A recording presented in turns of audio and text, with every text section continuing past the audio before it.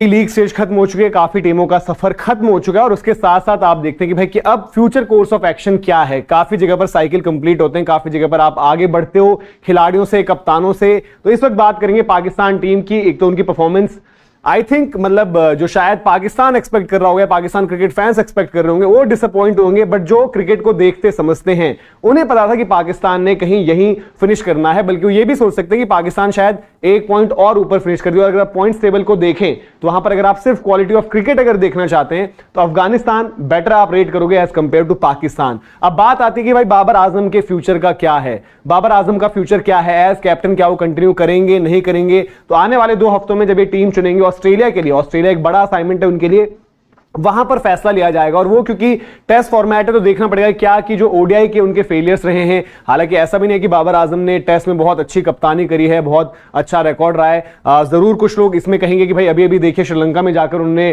Test series जीती थी, अच्छा किया था वहां पर। बट श्रीलंका हमें पता है कि अब श्रीलंका वो श्रीलंका नहीं है, बावजूद इसके कि हमेशा जब भी श्रीलंका कोई टीम विजिट करती है एक अपने आप में एक टास्क बड़ा रहता है।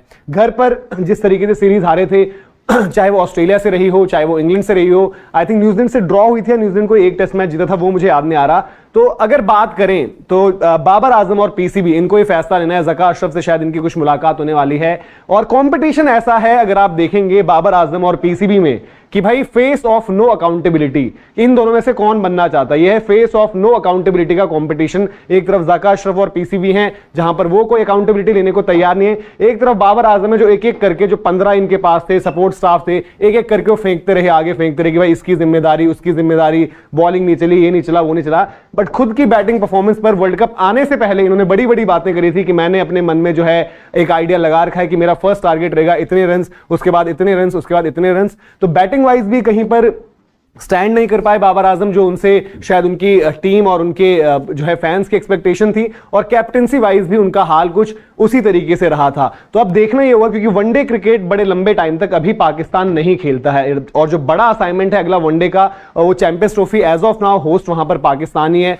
तो उसके लिहाज से उसमें तो वक्त लगेगा आपको कॉल लेने में। बट मेजर असाइनमेंट जो आप कहेंगे कि बड़ा है वो है T20 की कप्तानी, क्योंकि T20 का वर्ल्ड कप भी है 2024 में और इनका जो साइकिल स्टार्ट होगा वो न्यूजीलैंड में जाकर उनकी तैयारियों से शुरू होना है। तो उस टाइम तक इनको देखना पड़ेगा।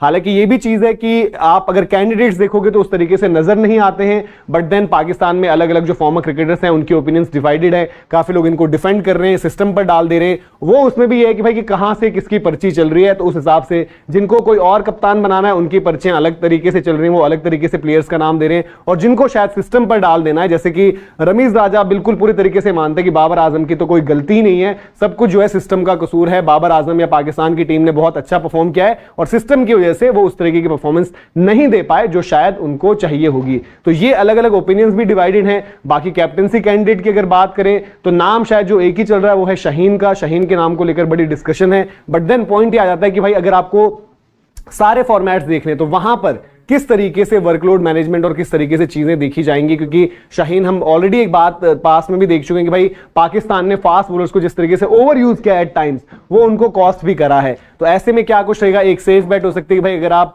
कप्तान शाहीन को बनाते हो, वाइस कैप्टन फिर रिजवान को रखो, तो वो तो सारे फॉर्मेट्स खेल भी रहे होते हैं। बट देन फिर वही है कि आपको भी पता है कि जो पीसीबी का सिस्टम है और पाकिस्तान क्रिकेट सर्कल्स में जिस तरीके से बात चलती है, वहां पर अलग अलग चीजें हैं कि अगेन रिजवान और बाबर एक सेम ही यूनिट आते हैं, सब कुछ है। लेकिन अकाउंटेबिलिटी और डिसीजन मेकिंग का जो ये फासला रहेगा अगले 2 हफ्तों में डिसाइड होना है और वहां पर देखा जाएगा कि किस तरीके से एक फैसला लिया जाता है। हालांकि काफी लोगों का ये मानना था कि भाई सही यही होता कि बाबर आजम खुद की परफॉर्मेंस देखते हुए, टीम की परफॉर्मेंस देखते हुए शायद अगर उनको लगता कुछ तो वो शायद खुद से रिजाइन कर देते, खुद से क्विट करते। लेकिन उन्होंने इसके परे ये कहा कि जो भी अब यहां से आप रीबिल्ड करोगे, रीबिल्डिंग फेज रहेगा, उसमें भी मैं लीड करने को तैयार हूं। तो बाबर आजम शायद अपनी तरफ से चाहते हैं कि वही कप्तानी करें, लेकिन पीसीबी की सोच क्या रहेगी ये देखना पड़ेगा। और अभी अब जो कॉल होगा, जो फाइनल डिसीजन होगा, उस पर भी आपको अपडेट देंगे। लेकिन अभी के लिए इजाजत लेते हैं। जी हाँ दोस्तों, अभी इंडियन मीडिया का रिएक्शन आया, उन्होंने बोला कि बाबर आजम का क्या होगा, क्योंकि बाबर आजम पे तलवार लटक रही है। देखते हैं कि अब कुछ दिनों में उन्हें पीसीबी के चेयरमैन से ज़का अशरफ से मिलना है, वहाँ डिसाइड हो जाएगा कि बाबर आजम की कप्तानी रहती है जाती, क्योंकि हाल फिलहाल में ऑस्ट्रेलिया का जो दौरा होने वाला है, जहाँ पर टेस्ट सीरीज खेलने जाने वाली है, वहाँ से न्यूजीलैंड के लिए जो T20 खेले जाने ओडीआई उनके काफ़ी दूर हैं, क्योंकि अभी इस समय पाकिस्तान कोई ओडीआई के मैच नहीं खेल रहा है, क्योंकि चैंपियन ट्रॉफी को होस्ट भी कर रहा है। इसीलिए अभी फ़िलहाल तो 2024 में जो होने वाली T20 है उस पे ज़्यादा फोकस किया जाएगा। देखते हैं कि बाबर आजम की कप्तानी रहती है जाती है, क्योंकि वहाँ के कुछ सीनियर क्रिकेटरों ने उन्हें सपोर्ट भी किया, क्योंकि मैनेजमेंट पे ठिकरा फोड़ा है, क्योंकि सही से टीम वहाँ पर नहीं गई थी, क्योंकि वहाँ पर स्पिनर्स उनके सही नहीं थे और साथ ही साथ जो फास्ट बॉलर थे